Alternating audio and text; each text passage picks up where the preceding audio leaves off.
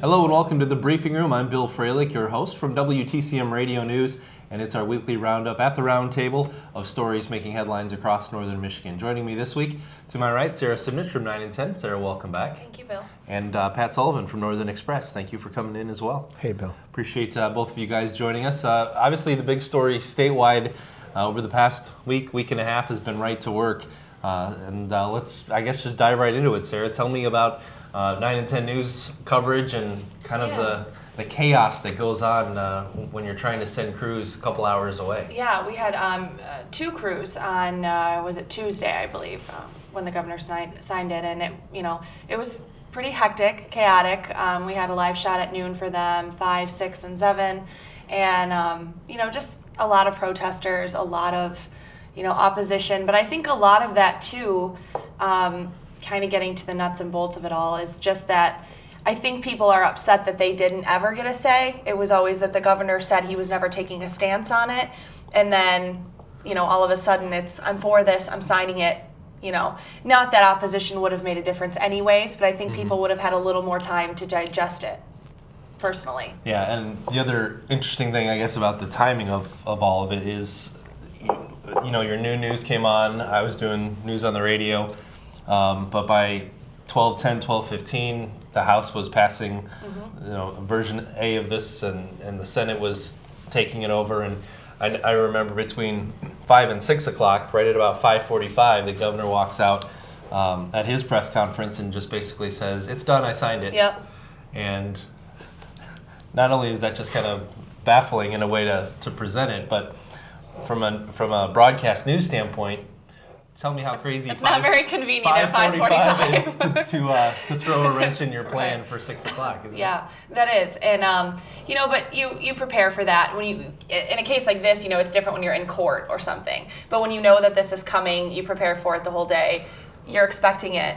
And there were protesters there, that people were for this legislation, and they had a tent up and they tore down this tent of these people that were for it, and they had mounting units, police, they had police on bikes, they had police everywhere, and it's just, it's tough. I mean, I guess that's what you're going to get when you do that, when you fast track legislation through the chambers like that. I mean, but interesting response. Pat, what do you take away from that news this week? Anything in particular that surprised you with either how it was handled or how it was covered? I was surprised that it came up without any preparation. I mean, usually these things brew for a few weeks, and you hear about it, and it gives people in the news time to prepare and time to do stories beforehand. And we didn't hear anything about it beforehand, and it just happened. And so it wasn't something that I was prepared to cover. I mean,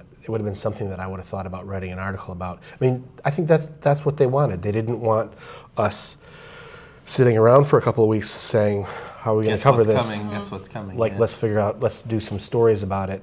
And, they just wanted to railroad it through. I think it seems to me like it was by design also, whether it was for media coverage or not to give people a chance or Democrats a chance to kind of build a defense against it, but it did just kind of come out. We're talking about, I don't even remember now what we were talking about a week ago, but all of a sudden last Thursday morning, hey, there's a press conference about right to work, and then it was just kind of unloaded on all of us. Well, I remember we covered something, I don't remember, last year sometime about right to work. It was a local group or a local organization, I believe that was for it. I don't remember, but I remember thinking then how foreign it was. It was like, what is right to work? I remember asking them, what does this mean for, employers, employees? What is this? And I remember these people, I for the life of me can't remember what group it was, but that were really passionate about this, and then we had never heard about it. And since then, I had never heard about it. It was like, it was one of those stories we covered that it's like, this is a bill, what if, in the future, maybe, and then all of a sudden, right to work made an appearance again, and it was big, so. I think, like, the way we talk about it, I think also says something that I think all of us in the media have kind of been co-opted, because we're all saying right to work, and that's, freedom to work. It's a term that was designed by the right to put a spin on it, to make the other side views this as a union killing measure. Right. I mean, it's all about undermining the funding of the unions, getting rid of the unions. And so somehow everybody in the media are and we're all calling it right to work, so it sounds like this nice, fluffy thing. And it's easy to give it a name like that, yeah. The other interesting thing, and we went to this meeting with the area school superintendents this week. They had a roundtable discussion where they were talking about their disappointment with how this was fast-tracked. Yeah. And they said to us in that meeting, well, the lawmakers kind of lobbied us this week saying, let's not call it right to work anymore. Now we need to call it freedom to work. And so there was this push to get away from this negative right to work moniker. Freedom is a and little call more it acceptable. Freedom to work. And superintendents weren't buying it. I don't think anybody is buying it in terms of it happened in 4 days. We're not going to suddenly change what we're calling it. And, had this been a 2-year drawn-out process. Well, they had one positive term, and they wanted even more ridiculous term to. Well, and I think a lot of it too is it's so two-sided, of course. But I think that the union people are saying, this is going to kill unions. And I mean, I understand where they're coming from, but at the same time, you have to know that people still do have the freedom to join a union. If you're a union person, you can join a union. But then the other people, maybe Republicans, are looking at it like we want to kill the union. So it really just depends on, I guess, what side you're on and what view you're taking. But well, there certainly is obviously stronger support among unions for Democrats traditionally, but I think it remains to be seen 1, 5, 10, 20 years down the road what effect it'll ultimately have on it. And that's what the local reps we talked to said, was that this is going to take a while for us to see any impact of this locally in Northwest Michigan. But. Well, let's kind of shift gears a little bit, talk about another big story in Traverse City this week, and that was the shooting and killing by 2 Crawford County deputies and a Traverse City police officer, which started as a chase in Crawford County through Kalkaska, Grand Traverse counties, and ended in Traverse City. Sarah, I know you and I covered that story as well this week. Yeah, it was a big deal when it broke. I think that initially when you hear of a chase that goes for almost 2 hours, you think this is like a movie, because they had, as they were crossing county lines, they were picking up deputies from that county. So by the time they got to Traverse City, there was Grayling, there was Kalkaska, there was Traverse City, there was Grand Traverse County. And I know Jeremy, my photojournalist, arrived on scene at like 1 in the morning, and he said there were at least a dozen patrol cars. Out of Blues Brothers. Yeah, he said there was so many, patrol cars there, and no one could tell him anything at the time. But this was a situation too where I assume Jeremy got called in by someone in the Cadillac office who's either hearing this on the scanner or getting a tip or something. So we try and get out to that when we can. Yeah, you're kind of camped out there for most of the night. Yeah, so it, I guess, what police are telling us is that they pulled him over for swerving, and they talked to him for a minute, and then he took off. And from there, he wouldn't stop, chased him all the way to Traverse City, where he stopped at this house. And at the time, they didn't know what connection he had to this house, and later they found out that it was his estranged wife. Well, if you do the math, and he lives in Oscoda, but he's married and his wife lives here, they're obviously not together, is what, deputies are telling us, or troopers. And also they said, if you read between the lines, he pulled a rifle on us, and it wasn't in a case.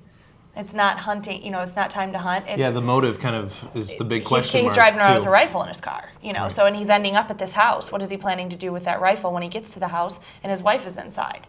So it's tough to say. But he had a lot of time in the car to think about things. Yeah, and that surprises me too, and I think people listening, watching, reading wonder why didn't anybody stop him in that 3-county, 2-hour chase? Well, I think they said they threw down stop strips, but I don't know if I think they said it only got one of his tires, and even then it wasn't that bad, so I think he dodged those too. Right. I don't think it was even,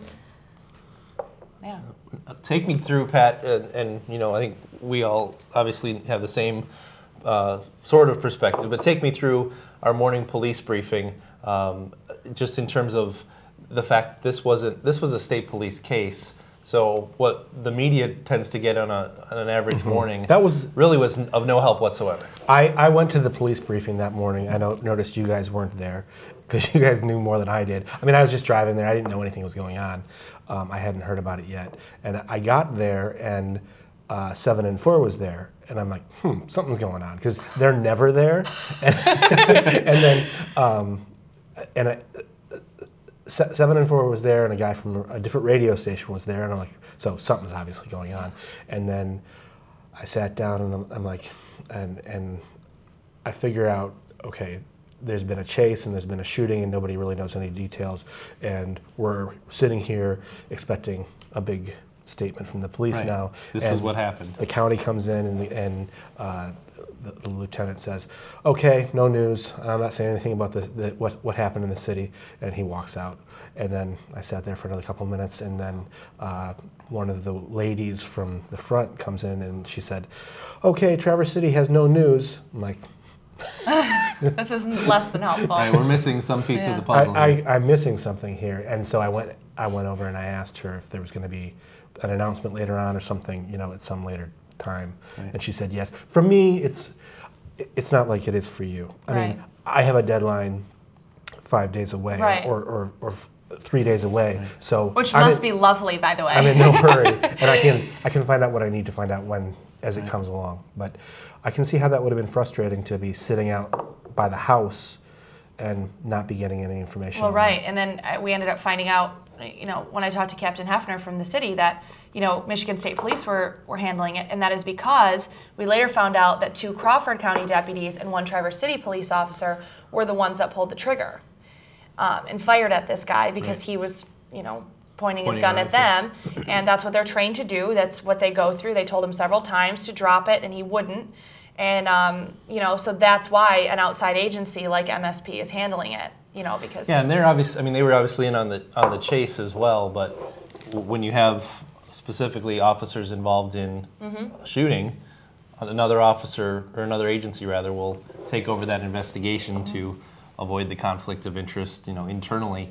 But that makes it hard for us to get the word out, for us to get updates out. You guys had news on from 5 a.m. until 9 a.m. in the morning. And all we knew as of Michigan this morning was that it was a crime scene. So that's all we knew. How did you find the house?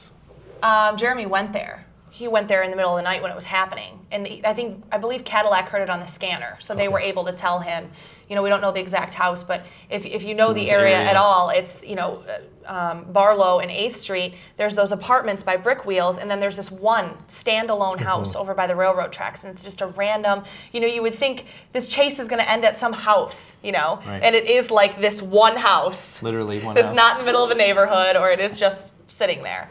And when you pull up to the scene at 1 in the morning, and you can follow a dozen cop cars and find it like that. But the frustration, I think, probably for you guys as well, and for us every half hour all morning on the radio, is we still don't know anything, or police still aren't talking. When you call, and now with the consolidation of state police posts, it's even been harder to get information over the past year to 2 years. That is hard. So you can't call the Traverse City Post anymore like we used to be able to and say, hey, what's going on? Now it's Cadillac or Houghton Lake. Now, believe it or not, we go through Cadillac, and their guys are on the scene, so there's no answer at 5 in the morning, 6 in the morning, 7, 8 in the morning.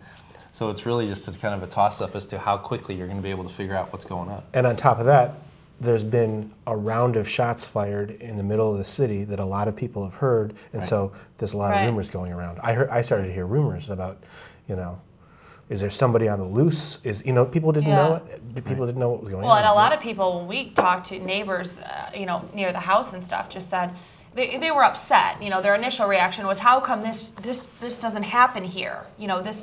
We don't have police chases that last 2 hours and end in Traverse City with gunfire, and they were up in arms about it. They were really upset.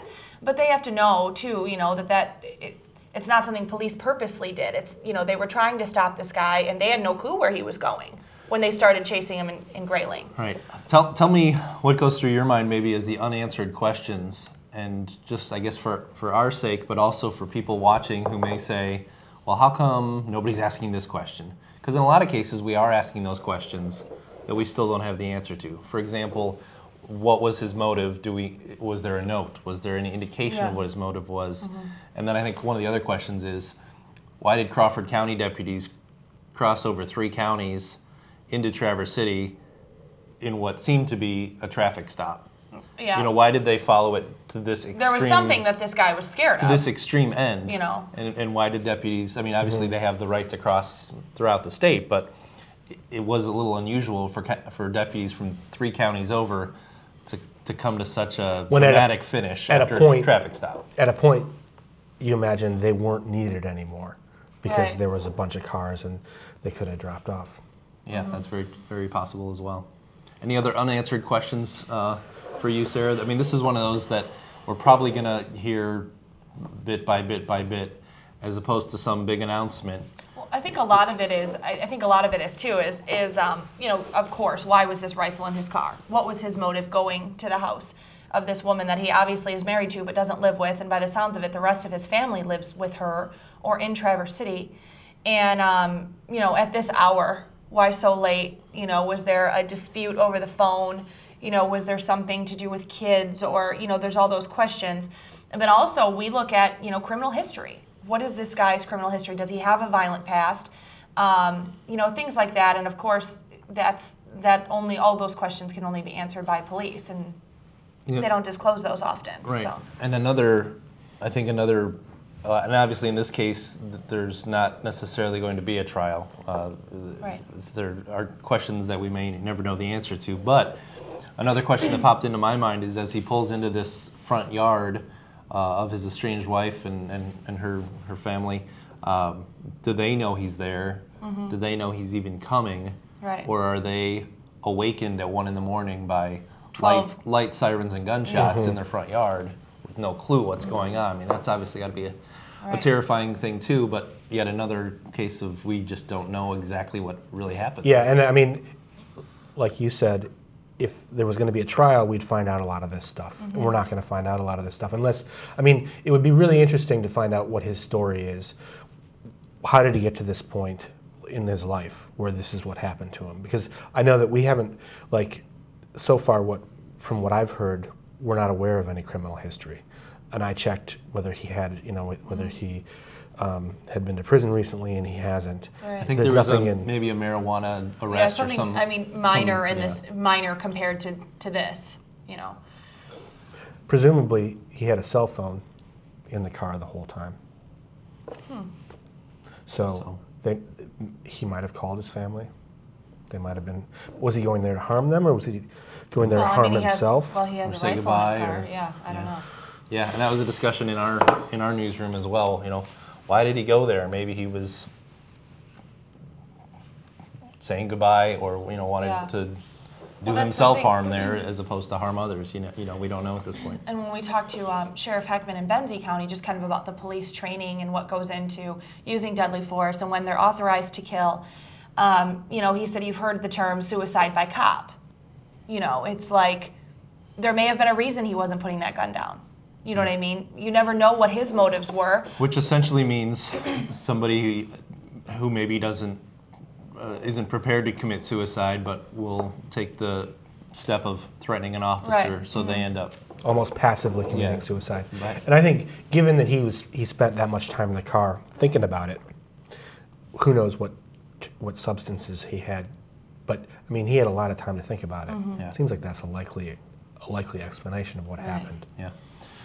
Well, we'll keep following that one. That's a big one. But Pat, let me, in the last 10 minutes here, talk a little bit about some of the stories you're working on. And this week you've got a story also focusing on Traverse City, but kind of walkability in Traverse City. We hear so much about bike-friendly neighborhoods in Traverse City, but this is really a little different. Yeah, I heard about this walk that was being done by a group of people who are really interested in the infrastructure of Traverse City and complete streets around Traverse City.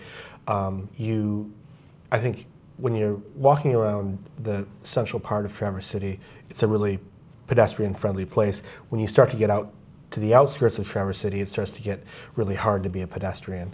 And there are some people who would like to change that and improve the South Airport corridor in particular. And I went along 2 weeks ago on a walk of Lafreniere Road, which comes down a hill and goes into the South Airport corridor. a group of really thoughtful people who were just looking at the road and evaluating, how bad is it for pedestrians, what can be done.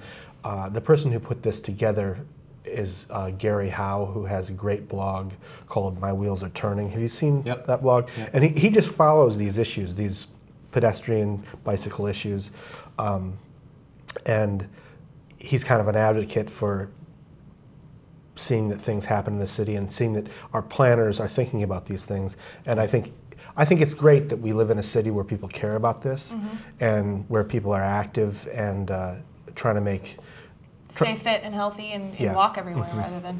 The first question that pops into my mind, just playing devil's advocate, is how much of a need is there, or did they determine there is, for walkability? I mean, you're talking about that hill down Lafreniere, and you've got one neighborhood up there, but other than that, the road dead ends at the road commission. I checked. So how much of a demand is there? I checked with Garfield Township, and there are 650 residential units along Lafreniere, which means there's probably about 2,000 people.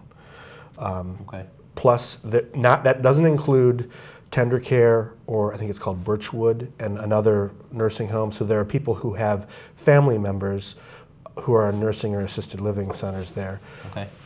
It's within a mile of downtown, so it's definitely distance-wise, it's close enough to walk to. I think if it was comfortable to walk or to ride your bike to that area of town, people would. Well, and that's one of those things where you may never know how much of a demand there is unless you make a change. And if you put in sidewalks or something, for example, then people will use them. What were some of those solutions or potential fixes that they talked about or would like to see? Are they to that stage yet? I think what it takes is willingness and a show that there's interest in something happening, because otherwise as little money as possible gets allocated to a project and they say we don't have money for a bike lane, we don't have money for sidewalks. So it takes these groups coming out and and kind of lobbying, saying we want this is something that should be a priority, to get kind of the road commission and the township and the county to say, okay, well, let's look at this differently, and maybe when it comes around, we'll design something that's broader and has more access for everybody. That's obviously a nightmare corridor in terms of traffic, to imagine a ton of pedestrians around. Well, I think you need nothing that could happen overnight. It would take years, decades to be completely redesigned so that it could be a corridor that would be hospitable to everybody. And that's your story in this current issue, correct? In the current issue. Okay. Sara, I know a lot of times you don't know what you're doing on any given day, but here at the start of the workday for us on the Thursday, do you have any guesses as to what's coming up today? Well, last night there was a fire. I don't know if you'd heard about it. Fire at a farmhouse in Kalkaska. At Shetler's. Yeah, at Shetler's Dairy Farm. And so it wasn't the actual building itself, but it was a home. And so, there may be a follow-up on that. I know it took crews several hours to put that out. It was impossible to salvage anything because of the age of the building. But it's a 102-year-old farmhouse, I think. So we could be working on that, any given day. It just really depends. Yesterday, it was the Blue Angels making a return, kind of talked to Visitors Bureau about the impact that has and things like that. So any day it's different, or there could be something breaking and we could be completely surprised. Which happens a lot. Yeah. Maybe the legislature is up to something else today. Yeah, that's probably true. Well, let's end on that note about the Blue Angels. It's safe to say you think most people, if not all, but 51% of people are excited about this return? Oh, I absolutely think so. That's what we gathered yesterday. I mean, we talked to some businesses downtown, and they say, the Cherry Fest in general is great for us, but when they come, the crowds are, unheard of. People plan their vacation just for that, and it is great. It's a really great thing, and festival organizers told us that it was quite a process getting them back because they're in high demand and everyone wants them, and they said they sent them cherry pies, And as a thank you, yeah, or as an encouragement? As an incentive. Okay. And then they did. They agreed to it to come back, and they said, for them to come to somewhere like Traverse City is a big deal, especially after they've been gone, because it will have been 4 years. They were supposed to be here this past summer, and for them to come back to a free venue that is a smaller market is a big deal. So they said that we always just try and be real professional and welcoming, and I think that they like Traverse City a lot. So. I know, Pat, you work out of Traverse City. You guys have a staff here, but a lot of the Northern Express coverage area seems to be up north, Charlevoix, Petoskey. Maybe correct me if I don't understand that correctly. But do you think something like the Blue Angels has broad enough appeal for your readership here in Northern Michigan, or is that really hyper local? Do we just in our little Traverse City world get too excited about that, where other people maybe don't care quite as much? No, I think people get excited about it. I think it draws people from throughout the region. I think it draws people from throughout the state. I've been going to the Cherry Festival for years now, and every other year for a long time they've had either the Blue Angels or some other air show. Yeah. And let's face it, I mean, in the Blue Angels years, it's a much better show, and I think people know that, and a lot of people are excited about that. More to come. Yeah. We'll be looking forward to that. We have years to talk about that. So I know it's hard to get. Not only are we in the middle of winter talking about Cherry Festival, but it's still 2 years away. So we'll continue to hit up that issue. There's never a wrong time to talk about cherries. Ooh, good answer. That's all the time we have for this week's edition of the Briefing Room. I want to thank Sara Simnitch from 9 and 10 News and Pat Sullivan from Northern Express. Thanks. Guys, thank you both for coming in. Thank you for joining us. I hope you'll either join us, if you joined us late, join us on a rebroadcast, or you can always check us out online at upnorthmedia.org and just look for the Briefing Room. I'm Bill Froehlich from WTCM Radio News. Thanks again for tuning in.